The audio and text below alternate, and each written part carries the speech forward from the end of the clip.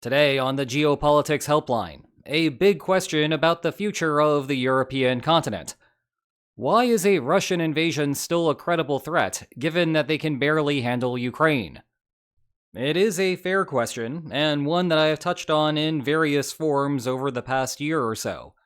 But let me give you a focused answer now. And if I may tweak this just a bit, the underlying issue that many who ask the question really have is, why should we bother increasing military expenditures when Russia is so bad at this? So let me give you 4 answers that address both of these questions. Specifically, let's talk about the difference between invasions and policy outcomes. A key difference in how Russia is pursuing the Ukraine war versus what would happen with Europe. How Russia will attempt a divide and conquer strategy, and the signal that Europe sends by not taking the threat seriously. 1. You should care less about an invasion specifically, and more about policy outcomes. Invasions obviously affect policy outcomes, but policies change outside of a direct war. Before I started studying this stuff, I also had this kind of framing. I don't want to get invaded, so what does my country need to do to stop other countries from trying? And if you frame things in that manner, the answer is always going to be to build a larger military. Then someone tells you to go read Clausewitz, which is very dense and not something that I would recommend for the faint of heart. But he nailed the idea that war is politics by other means. This is not a board game where you are trying to simply win. War is a question of accepting a policy versus fighting to change it. And the policy is something that states can alter through coercive bargaining. You can forestall invasions by making policy concessions to potential aggressors. But that is probably not something that you want to do. So, you should not just be worried about invasions. You should also be worried about how many Viktor Orbáns that the Kremlin can impose on you. And the answer is fewer if you have more military capacity to threaten back at Russia, even if you are not directly worried about an invasion. That said, I would still be worried about an invasion.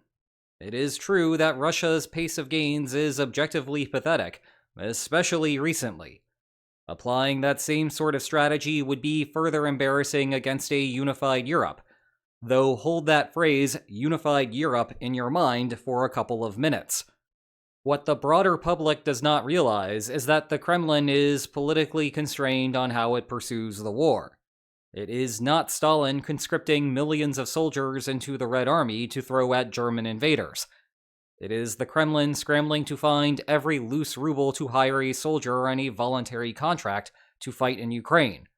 This means less mass, which leads to the slow gains that I just mentioned. Now, if the Kremlin were stuck in that same sort of allotment against a unified Europe, I would not worry too much about the situation. But if you think that Russians one day might approve of a war against Europe, then up pops the conscription, and you have a very large army with modern combat experience, fighting some who have not fought since World War II.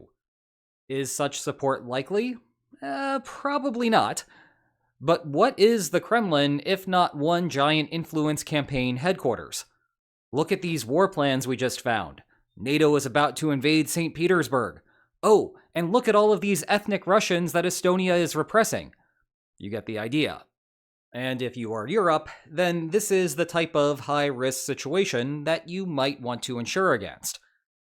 Point 3 is that Russia is not likely to invade Europe. It is more likely to pick a country, say Estonia, and see what happens next. Poor Estonia, by the way. They lovingly invited me to their country, and now I always pick it as a hypothetical invasion point because I have endless B-roll from there. Again, if Russia were to fight a united Europe here, I would not worry too much. But where I start to get concerned is when European countries start thinking to themselves, well, the war is all the way over there. What does it matter to me if I'm all the way over here? And then Russia is facing a handful of countries rather than a full NATO force.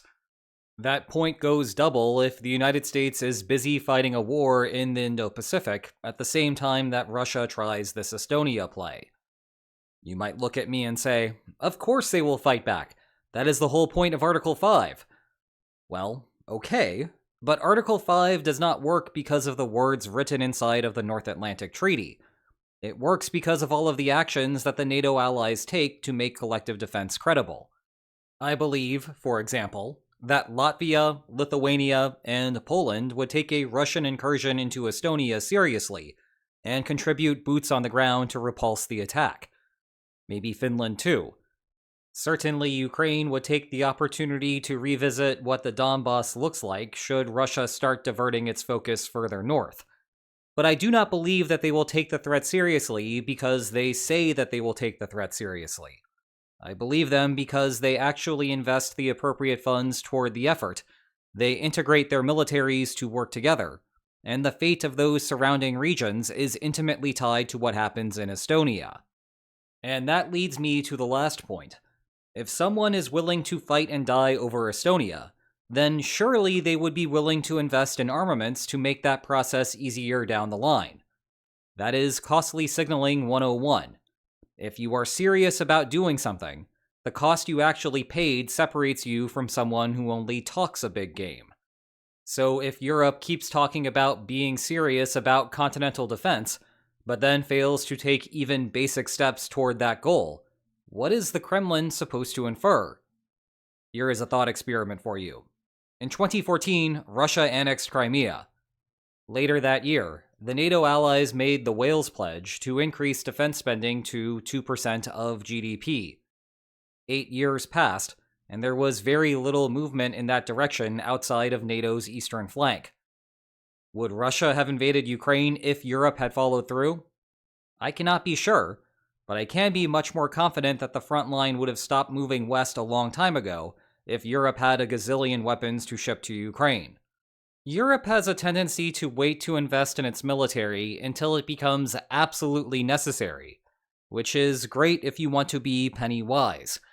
But when waiting also means that Ukraine loses the eastern fifth of its country, it looks pound foolish. And I do not think that Europe wants to be in a situation 10 years from now, and we are having the same conversation about the attempted annexation of Estonia, because Spain could not be bothered to take the situation seriously.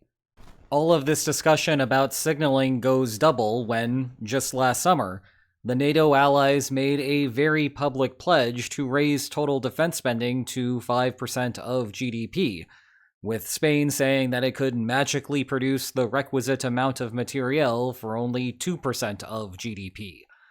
Aside from the absurdity of that situation, I am not sure what Russia is supposed to infer if other allies fail to meet the mark, despite the grandeur associated with the pledge.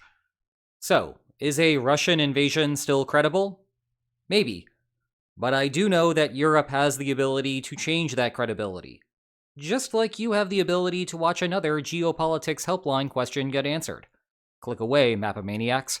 And if you enjoyed today's video, then please like, share, and subscribe, and I will see you next time. Take care.